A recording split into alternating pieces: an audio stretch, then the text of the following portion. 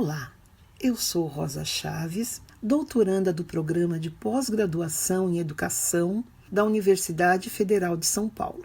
Vou apresentar o podcast número 28 do Em Movimentos.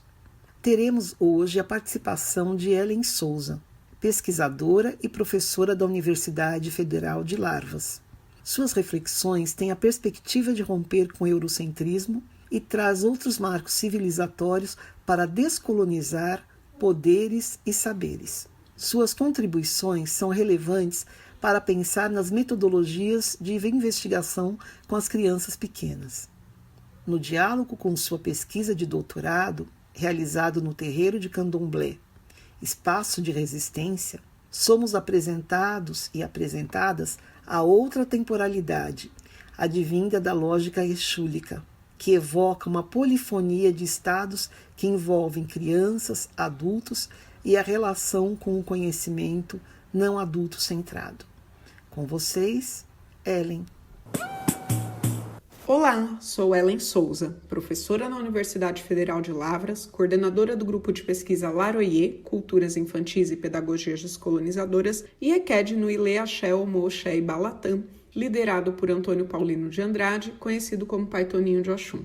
Em primeiro lugar, quero agradecer ao convite da professora Márcia Gobi e seu grupo de pesquisa para poder falar aqui hoje com vocês sobre pesquisas com crianças em terreiros de candomblé, que nesse momento, em tempos de retrocesso, se configura um ato de resistência à intolerância religiosa e ao racismo.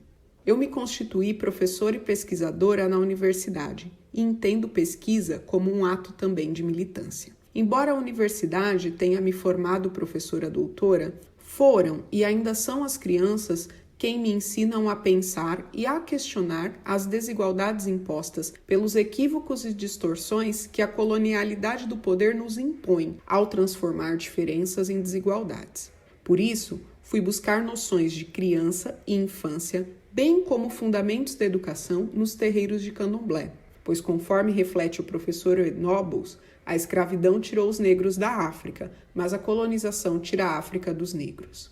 Então, fui observar as crianças no candomblé, esse espaço de resistência e comunidade que recria uma África mítica, legitimado nos saberes das nossas ancestrais, mulheres queridas como Ifá Tinuqué, conhecida como Tia Inês, que criou em 1875 o hoje conhecido como Sítio de Pai Adão, raiz de Pai Toninho de Oxum, que continua, mesmo que aqui em São Paulo, recolocando a África mítica em nós, através dos ritos, para a nossa resistência, até os dias de hoje, devolvendo a nós essa África, ainda que mítica, que nos fora tirada pela colonização.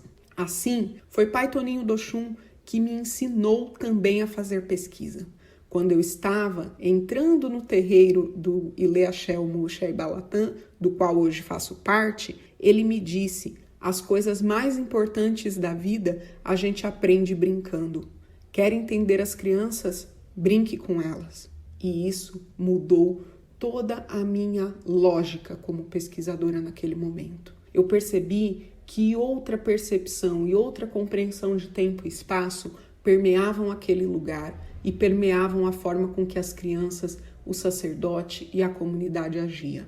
Com o tempo, eu aprendi que essa lógica que permeava aquele lugar era a lógica de Exu, que tem um adágio que diz: Exu matou um pássaro ontem com a pedra que hoje atirou. Assim, a infância, nessa propositura, sob a prescrição da lógica de Exu, reporta não a si mesma, mas evoca polifonicamente diferentes enunciados de estado. Ora, a infância então vai se encontrar na gestação, no nascimento, na adolescência, na juventude, na adultez, na velhice, na ancestralização. Esses estados que se pode ir e vir numa perspectiva capaz de sabotar a cognição, a interpretação e a representação simbólica eurocêntrica de tempo e de espaço, pois podemos estar infantes também nesse lugar. Ou não, ainda que sejamos crianças. O entendimento do que seja criança não se constrói cognitivamente por intermédio da relação de oposição, mas passeia por esses estados, ora simultâneos, ora em progressão, não excludentes, e experienciáveis em qualquer fase da vida. Assim, eu descobri que pode um adulto estar num estado de infância. Interessante pensar isso. As crianças me convocaram a repensar em outra lógica, me convocaram a olhar de outro jeito. E brincando, eu percebi essas questões. Na convivência, que se faz essencial para as pesquisas. Entretanto, em tempos como esses de pandemia, fomos desafiados a continuar brincando, aprendendo e, sobretudo, convivendo à distância. Assim, deslocamos o projeto de extensão Pai Toninho de Oxum, brincando com as nossas raízes e colorindo as nossas histórias como uma estratégia de convivência, onde as crianças perguntam coisas como, por exemplo, se o orixá está de quarentena, refletem se o coronavírus foi ou não foi jogado por uma caixa, contam como estão se virando na pandemia, especialmente na escola. E Pai Toninho de Oxum vai falar sobre paciência, educação, sobre os nossos projetos de mundo e cosmogonia, outras.